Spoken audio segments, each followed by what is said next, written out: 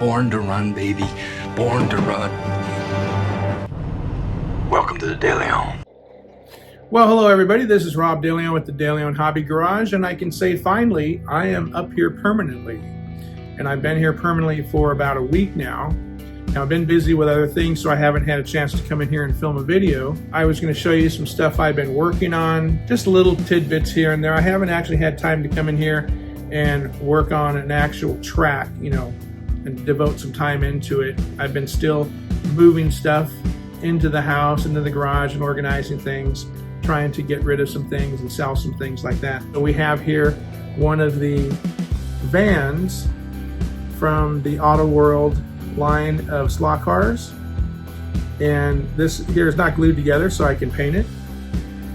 And we also have the C5 Corvette, and so I purchased some decals for this Corvette and also a couple of Tamiya paints. These are from the TS line. I believe these are lacquer based, so we've got some yellow, we've got some black, and then I've also got some primer surfacer, which I like this primer surfacer a lot. So those are the kind of paints I usually use. I think for the van, we're gonna go with this orange here, and I might try to mask out a little stripe across the body line here, kind of the body belt line here. And so I haven't decided exactly what I want to do there, but that's what I've got planned. Also, excuse the messy mat here. I haven't put any of these cars away or organized them. These are mostly from the latest videos I've done, part of the collection I've been working on. One thing I'm learning, if I haven't remembered this stuff as a kid, is how to identify all the different chassis that come on these cars. Most of these chassis here are sort of repops of the original AFX chassis. So for instance, this one here, this is repopped after the original AFX, what they called the specialty chassis. Now this one was used in various cars. As you can see, this one came in the van, and it also was used in this Volkswagen. I've used the inner axle mount as opposed to the outer, so I can get the shortened wheelbase so that it would fit this body.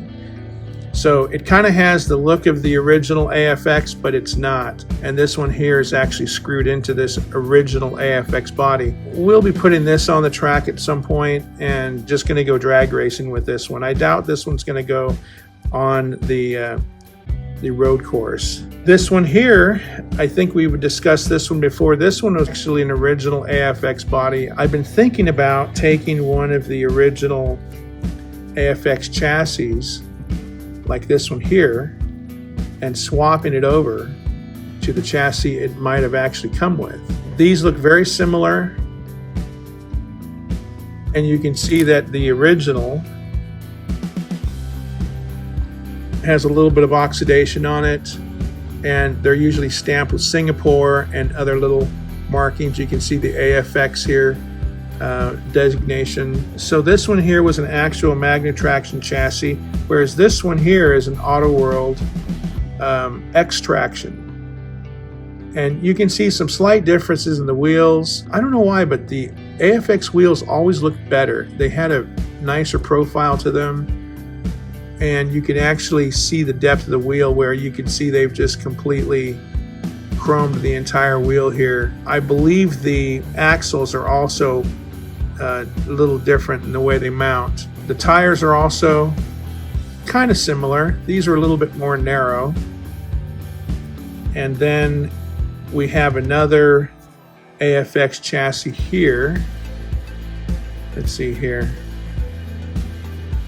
There's another AFX chassis. This one has the brass idler, where this one has plastic. And also, I believe this is a flamethrower chassis from the little bulb sitting right there. I did a swap earlier, and actually I was working on this car. If you remember my last video, the decal had some defect in it. The decal actually was flipped over backwards. Used this little magnifying glass here, and I got it really close, and I pulled the decal back out underneath it, and I used a decal solvent to re-glue it down, so hopefully it stays.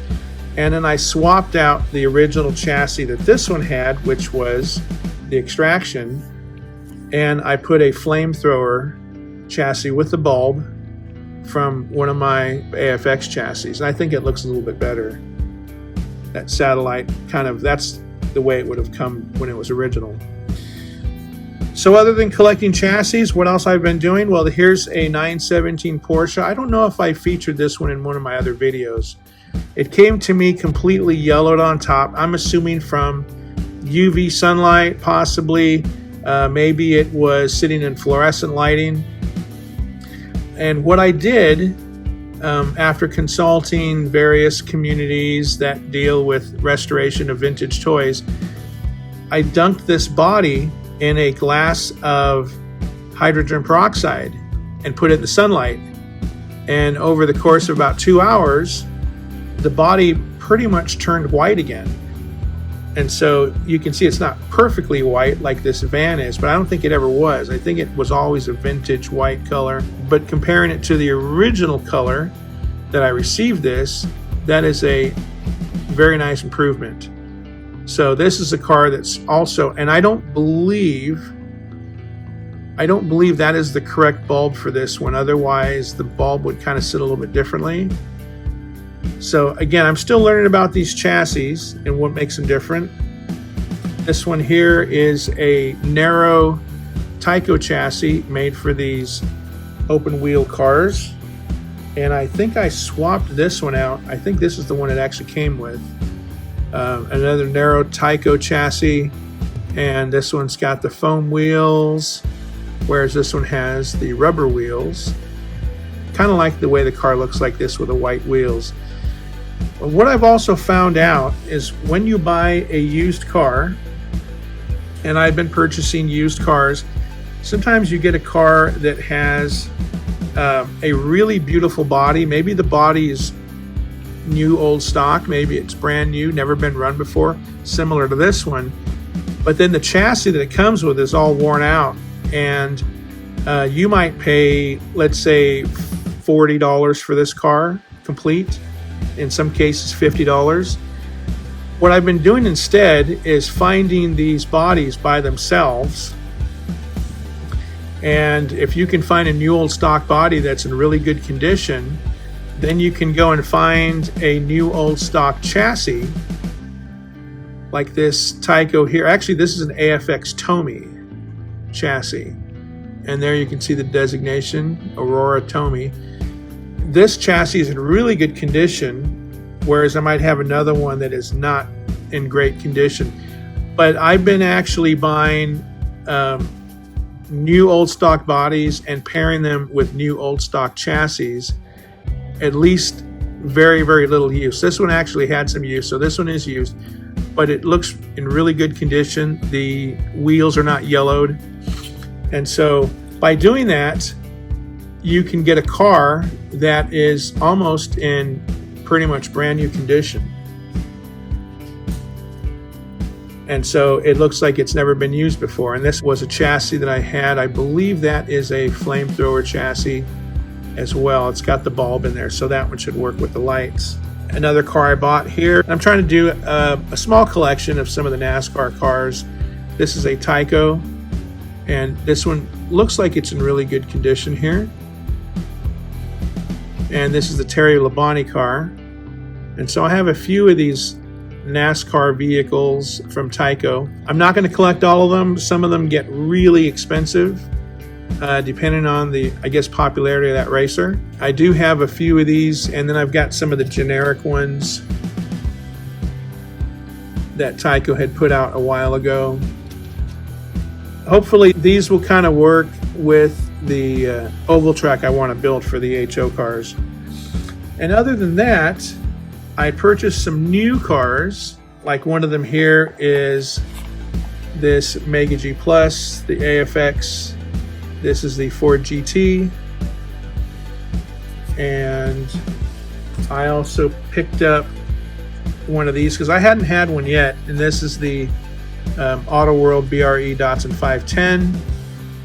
I might swap the chassis out for an AFX. I don't know yet. And I'm not going to bother putting these on the turntable. I've got the turntable back there with a bunch of cars on it. So I also grabbed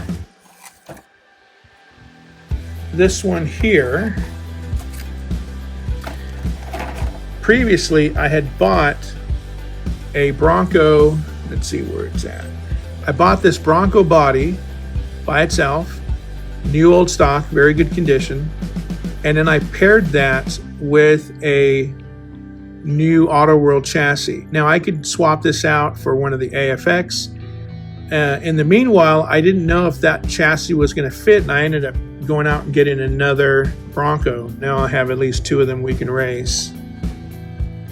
Then, of course, what collection would be complete without both Senna cars? And these have come out from AFX recently. Everybody's grabbing them up.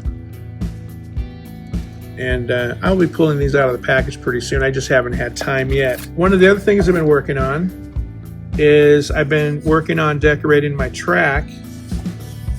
And I bought these sheets of Adams board, but I've been cutting them out and painting them. Now what I normally do, I'll strip the paper off the Adams board, and this is the board you go and get at Dollar Tree or whatever. It's about $1.25 a sheet, and I think it's about 1.5 feet or so. And this board's going to be sitting alongside the drag strip, and I'm painting it to make it look like concrete. And eventually I'm going to add a little grass strip here somewhere. This is going to run along the entirety of the drag strip. But I've changed my mind. I was going to originally just run this on the side. What I'm going to do, I think now, is I'm going to cut the foam board to sit underneath the track. It's going to cover the entire board where the track sits on. And hopefully that might quiet the cars down as they're going over that plastic track. It might keep the track a little more steady so it's not moving around so much, along with all the other landscape and stuff I'm doing. So that's all I really have going on right now. Sorry if the fan's been making some noise. It's kind of getting a little warm in here. I'm probably going to put an air conditioning somewhere in this room, maybe hanging off that window over there, so that I can spend more time in here when it gets warm outside. It doesn't get as hot here as it did in my previous town, Bakersfield, where we would experience anywhere from 90 days of over 100-degree heat. Joe and I used to go out into the garage and we would race the 132nd cars on this track here. We'd have 3 fans on us and we're just sweating there, but we're enjoying every minute of it. Speaking of Joe, we had planned on attending the Father's Day event at Electric Dreams this weekend. A friend of mine from Southern California that lives down that area, he called and they said they were not going to be doing the show this year. So unfortunately, we're not going to go, and I was going to use the opportunity because my house is empty down there, and this way I could go the day before, stay in the house, and then Joe would pick me up, and rather than driving 6 hours straight, I could do the trip in 2 trips, maybe 3 hours or 3 hours. Unfortunately, since that show's not going to happen, the next time I go, we'll probably have to get a hotel room or something like that, because I have to leave here at 3 o'clock in the morning to get there on time. So we'll see what happens with that. Unfortunately, I was really looking forward to that, going to that event at least one more time. But until then, I'm still looking for people up here in my area who might want to get involved in some slot car racing or maybe even RC stuff. I did find a group of people that do RC crawling up here, and you would think this is probably one of the best places you could RC crawl because we've got a lot of rocks, especially where I live here. I have all kinds of places to crawl. Other than that, I can definitely say I'm here permanently, and I've got to get to work on one of Joe's models pretty soon. So I'm gonna have to clear everything off here and start with that. I just want to wish everybody a happy Father's Day for fathers who are both with us and not with us. Again, I lost my dad in 2021, so it's been a couple of years now. I told my wife, I said, and maybe for Father's Day, I can just use that as a day just to do whatever I want in here. No kids, nothing. And that's really about it. So hopefully you guys have a great weekend, and I will catch up to you later. All right, bye for now.